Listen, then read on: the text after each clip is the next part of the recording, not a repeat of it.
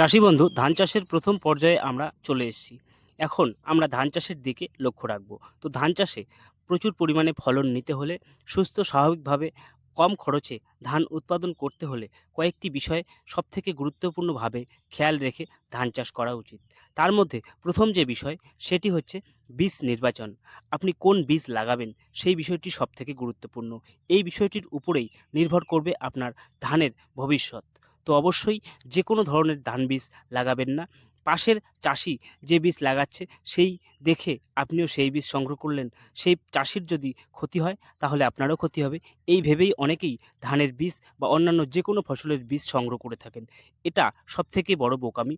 তো অবশ্যই সঠিকভাবে কম খরচে বেশি উৎপাদন নিতে হলে আপনাকে সঠিক উচ্চমানের বীজ নির্বাচন করতে হবে, যে বীজগুলো অধিক ফলনশীল এবং রোগ প্রতিরোধ ক্ষমতাশালী। এই বিষয়গুলি খেয়াল রেখে যদি আপনি ধান বীজ সংগ্রহ করেন তাহলে অন্যান্য ধানের তুলনায় আপনার ধানে তুলনামূলকভাবে অনেকটাই কম পোকার আক্রমণ বা ছত্রাক বা ব্যাকটেরিয়ার আক্রমণ ঘটবে। বিগত বছর আমরা লক্ষ্য করেছি ধানে প্রচুর পরিমাণে চিটে হয়েছে, যার মূল কারণ হচ্ছে বিএলবি। এই বিএলবির আক্রমণে ধানের প্রচুর পরিমাণে চিটে হয়েছে। তাই অবশ্যই বিএলবি প্রতিরোধী জাত আপনাকে সংগ্রহ করতে হবে। বীজ কেনার সময় দেখবেন বীজের গায়ে বা প্যাকেটের গায়ে লেখা আছে বিএলবি প্রতিরোধক জাত। এই বিএলবি প্রতিরোধক জাত যদি আপনি সংগ্রহ করেন তাহলে এই ধরনের রোগ আক্রমণ থেকে আপনার ধান সুরক্ষিত থাকবে। এছাড়াও আপনি যে বিষয়টি খেয়াল রেখে আপনাকে বীজ সংগ্রহ করতে হবে সেটি হচ্ছে উচ্চ ফলনশীল এবং প্রচুর পরিমাণে ওজনদার চকচকে দানা যাতে হয় সেই বিষয়ে খেয়াল রেখেই সেই জাত আপনাকে সংগ্রহ করতে হবে। তার সাথে সাথে আপনি স্বল্পমেয়াদী ধান লাগাবেন না মধ্যমেয়াদী ধান লাগাবেন না দীর্ঘমেয়াদী ধান লাগাবেন সেটিও নির্ভর করবে, এবং তার সাথে আপনার জমির কি ধরন রয়েছে, উঁচু জমি, মধ্যম জমি না নিচু জমি। যদি জলা জমি হয়ে থাকে তাহলে কি ধরনের ধান বীজ লাগাবেন, উঁচু জমিতে কি ধরনের ধান বীজ লাগাবেন বা মধ্যম জমিতে কি ধরনের ধান বীজ লাগাবেন। এই বিষয়গুলি খেয়াল রেখে আপনাকে বীজ নির্বাচন করতে হবে। তাহলে অবশ্যই আপনি সঠিক সময়ে সঠিক রোগ প্রতিরোধ করতে পারবেন এবং উচ্চ মানের ফলন নিতে পারবেন খুব কম খরচে। তাই অবশ্যই আজকের এই ভিডিওতে আমি কয়েকটি ধানের জাত বা ধান বীজ সম্বন্ধে আপনাদের সঙ্গে আলোচনা করতে চলেছি। এই কয়েকটি বীজের মধ্যে যদি আপনি একটি বীজ সংগ্রহ করে আপনার জমিতে লাগান তাহলে অবশ্যই ভালো একটা ফলন নিতে পারবেন খুব কম খরচের মধ্যে, অর্থাৎ খুব কম রোগ পোকার আক্রমণ বা রোগের আক্রমণ হয়ে থাকে। এই ধরনের জাতগুলো আমি বেছে নিয়েছি, তাই এই ভিডিওটি সম্পূর্ণ দেখার অনুরোধ রইল। তো বিস্তারিত আলোচনায় যাওয়ার আগে আপনার কাছে একটি অনুরোধ, আপনি যদি আমার চ্যানেলটি এখনও সাবস্ক্রাইব না করে থাকেন তাহলে অবশ্যই এই ভিডিওর নিচে কালো রঙের সাবস্ক্রাইব বাটনটি লক্ষ্য করতে পাচ্ছেন, সেটাতে ক্লিক করে চ্যানেলের সঙ্গে যুক্ত হয়ে যাবেন। আর ভিডিওটি সম্পূর্ণ দেখবেন এবং ভালো লাগলে লাইক করবেন। কিছু জানার থাকলে কমেন্টে লিখতে ভুলবেন না, আমি অবশ্যই আপনার কমেন্টের উত্তর দেব। আর তার সাথে সাথে অবশ্যই ভিডিওটি বন্ধুদের কাছে শেয়ার করে তাদের দেখার সুযোগ করে দেবেন। তো চলুন পরবর্তী আলোচনায় যাওয়া যাক। তো কৃষক বন্ধু, আজকে ধানের বীজের মধ্যে সেরা 4খানা বীজ আমি বেছে নিয়েছি, যে বীজগুলো চাষ করে আপনি অবশ্যই ভালো একটা ফলন নিতে পারবেন। তার সাথে সাথে এই ধানগুলো চাষ করলে আপনি নিজে বাড়িতে ভাত খেতেও অনেকটা সুস্বাদু এবং সুবিধা বোধ করবেন এবং বাজারে বিক্রি করার জন্য যথেষ্ট ভালো দাম পাবেন। তো অবশ্যই চাষিরা আমরা ধান থেকেই চাল তৈরি করে নিজে খাওয়ার জন্যও ব্যবহার করি এবং তার সাথে সাথে বাজারে বিক্রির জন্যও ব্যবহার করে থাকি। তো এই ধানগুলোর মধ্যে যদি আপনি দুটোই সুবিধা পান তাহলে অবশ্যই এই ধানগুলো চাষ করে আপনি লাভবান হওয়ার সম্ভাবনা বেশি পাবেন এবং সুবিধাও বেশি পাবেন। তো এই ধানগুলোর মধ্যে আমি প্রথমেই যে বীজটি নিয়েছি সেটি হচ্ছে বর্ষা মিনিকেট। হ্যাঁ বন্ধুরা, বর্ষা মিনিকেট নামে পরিচিত এই বীজটি নজিবেদু কোম্পানির একটি বীজ, সেটি হচ্ছে NP 9776। এই NP 9776 এই বীজটি আপনি যদি চাষ করেন তাহলে দুর্দান্ত একটা ফলন নিতে পারবেন। এছাড়াও এই বীজের কিছু গুণাগুণ বৈশিষ্ট্য রয়েছে, যেমন অতিরিক্ত বৃষ্টিতেও বা ঝড়েও অত সহজে এই গাছ হেলে মাটিতে পড়ে যায় না। তার থেকেও যেটি গুণ রয়েছে সেটি হচ্ছে বিএলবি, অর্থাৎ ব্যাকটেরিয়াল লিভ ব্লাইট বা শোষক পোকা, BPH বাদামি শোষক পোকার আক্রমণ থেকেও এই ধানটি সুরক্ষিত থাকে। অত সহজে এই ধানে আক্রমণ করতে পারে না। তো এই সুবিধাগুলো রয়েছে। তার সাথে সাথে এই ধানের যে দানা, চাল অনেকটা সরু হয়, চিকন চাল হয় এবং ধানের দানাটিও লম্বা চিকন হয়ে থাকে। তাই এই ধান থেকে চাল তৈরি করে ভাত খেতে অনেকটাই সুস্বাদু হয়। তো সাধারণত ১৩০ থেকে ৪০ দিনের মধ্যেই ঘরে তোলা সম্ভব। এবারে যে বীজটি আপনাদের সামনে রাখবো সেটি হচ্ছে জিএমএস কোম্পানির স্বর্ণ প্লাস। এটি স্বর্ণ ধান বলেই পরিচিত। তাই আপনারা যারা স্বর্ণ জাতীয় ধান চাষ করতে চান তাহলে আপনি এই জিএমএস এর স্বর্ণ প্লাস এই ধানটিও চাষ করতে পারেন। এই ধানটি ১৪০ থেকে ১৪৫ দিনের মধ্যেই ঘরে তোলা সম্ভব এবং এটির যে দানা সেটি মোটা এবং ওজনদার ও ছোট হয়ে থাকে।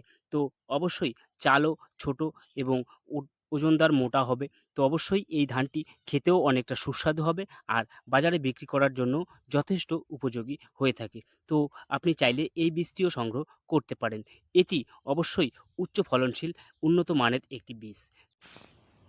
এর সাথে সাথে আপনাদের সামনে আরেকটি স্বর্ণ ধানের বীজ নিয়ে এসেছি। এই সোনালী স্বর্ণ ধান যদি আপনি চাষ করবেন বলেই ঠিক করেছেন তাহলে এই বীজটিও চাষ করতে পারেন। এই বীজটি আমরা চাষ করে থাকি এবং শুধু আমাদের পশ্চিমবঙ্গ নয় তার সাথে সাথে আসাম, ওড়িশা এবং বাংলাদেশের কিছু এলাকাতেও চাষ হয়ে থাকে। সবথেকে বেশি চাষ হওয়া স্বর্ণ জাতীয় ধান হচ্ছে এই ধানটি। সেটি হচ্ছে MTU ৭০-২৯, যেটিকে অনেকেই স্বর্ণ মনসুরি বা লাল স্বর্ণ নামেও চিনে থাকেন। তো অবশ্যই এই স্বর্ণ ধানটি আপনি নির্দ্বিধায় চাষ করতে পারেন। এই ধানটি একটু জলাজমিতে হলেও চাষ করলে ভালো ফলন পাওয়া সম্ভব হয়। অবশ্যই মধ্যম জমি বা নিচু জমিতে এই ধানটি নির্দ্বিধায় চাষ করতে পারেন। এটিও ১৪০ থেকে ৪৫ দিনেই ঘরে তোলা যায়। এর ফলন প্রতি একরে ২৫ থেকে ৩০ কুইন্টাল পর্যন্ত পাওয়া সম্ভব হয়। এটিও অবশ্যই একই ধরনের উচ্চতার ধান, তবে জলা জমিতে লাগালে অটোমেটিক একটু দীর্ঘ বা লম্বা হয়ে থাকে এবং এই জাতটিও বিপিএইচ প্রতিরোধী একটি জাত। এর চাল ছোট এবং চিকন হয়ে থাকে, অর্থাৎ খাওয়ার উপযুক্ত এবং সুস্বাদু হয়ে থাকে। এটি আপনি অবশ্যই বাজারে বিক্রি করার ক্ষেত্রেও যথেষ্ট সুবিধা পাবেন। তো অবশ্যই আপনি যদি নিজে ভাত খেয়ে বাজারে বিক্রি করতে চান অতিরিক্ত ধান তাহলে এই জাতটি নির্দ্বিধায় চাষ করতে পারেন। এবারে এই সমস্ত ধানের সাথে সাথে যে বীজটি আপনাদের জন্য রেখেছি সেটি বলতে চলেছি। অবশ্যই তার আগে আরেকটি অনুরোধ, আপনি যদি আমার চ্যানেলটি এখনও সাবস্ক্রাইব না করে থাকেন, এই ধরনের কৃষি বিষয়ক বিস্তারিত ভিডিও প্রতিনিয়ত দেখতে হলে অবশ্যই চ্যানেলটিকে সাবস্ক্রাইব করে রাখুন। পরবর্তী সময়ে আপনার কাছে ভিডিওগুলো পৌঁছে যাবে। আর অবশ্যই ভিডিওটি একটি শেয়ার করবেন এবং ভালো লাগলে লাইক করতে ভুলবেন না।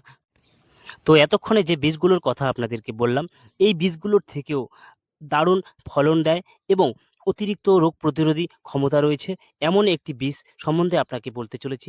এই বীজটি আপনি নির্দ্বিধায় চাষ করতে পারেন। এই বীজটি যদি আপনি নিচু জমি, মধ্যম জমি বা উঁচু জমি যে কোনো ধরনের জমিতে চাষ করেন তাহলে অবশ্যই ভালো একটা ফলন নিতে পারবেন।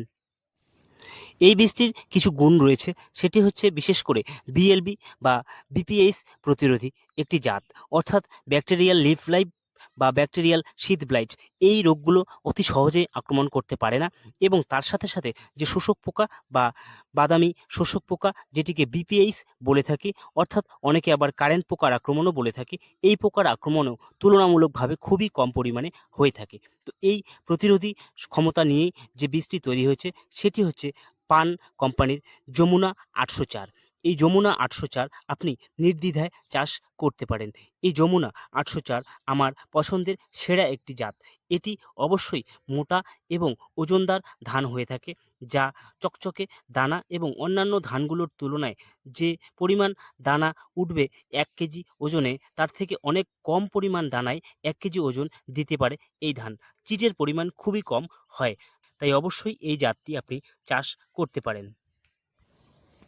এটিও ১৪০ থেকে ১৪৫ দিনের মধ্যেই আপনি ঘরে তুলতে পারবেন। তবে এর ফলন অবশ্যই প্রতি একরে ৩০ থেকে ৩৫ কুইন্টাল পর্যন্ত ফলন নেওয়া সম্ভব হয়। তো অবশ্যই আপনি নির্দ্বিধায় এই জাতটি চাষ করতে পারেন। এবারে কৃষক বন্ধু, এই ৪ টি জাতের মধ্যে যেকোনো একটি জাত আপনি আপনার পছন্দ মতো চাষ করবেন। আমি এই ভিডিওটি কোনো কোম্পানির প্রচারের জন্য তৈরি করিনি। শুধুমাত্র কৃষক বন্ধুদের সহায়তা করার উদ্দেশ্যেই তৈরি করেছি। তাই আপনি অবশ্যই ভাববেন না যে এটি কোনো কোম্পানির প্রচার। তো এই জাতগুলির মধ্যে যেকোনো একটি জাত সংগ্রহ করুন। যদি আপনি চান যে যাতে এই ধানের চাষ করার পর অতি অল্প হাওয়াতে বা অল্প বৃষ্টিতে ধানগুলো মাটিতে লুটিয়ে না পড়ে এবং ফলনও অনেক বেশি নেওয়া সম্ভব হয়, তাহলে আপনি চাইলে দ্বিরোপণ পদ্ধতি ব্যবহার করতে পারেন। দ্বিরোপণ পদ্ধতিতে যদি এই বীজগুলো লাগান, তাহলে তুলনামূলকভাবে অনেক বেশি পরিমাণে ফলন নেওয়া সম্ভব হয় এবং ধানগুলো অতই অল্প সহজে মাটিতে লুটিয়ে পড়াটাও রোধ করা সম্ভব হয়। তাই অবশ্যই আপনি চাইলে দ্বিরোপণ পদ্ধতিতেও চাষ করতে পারেন। তবে অবশ্যই সঠিক সময়ে বীজ ফেলবেন মাটিতে এবং বীজগুলোকে সঠিক সময়ে মূল জমিতে ট্রান্সফার করবেন বা রোপণ করবেন। তাহলেই আপনি সমস্ত রকম সুবিধা পাবেন এবং উচ্চ ফলনশীল বা ধান ঘরে তুলতে পারবেন। তো ভিডিওটিতে শেষ পর্যন্ত থাকার জন্য আপনাকে অসংখ্য ধন্যবাদ। আজকের মতো এই ভিডিওটি এখানেই শেষ করছি। দেখা হবে পরের ভিডিওতে কোনো গুরুত্বপূর্ণ বিষয় নিয়ে। ততক্ষণে ভালো থাকবেন, সুস্থ থাকবেন। ধন্যবাদ।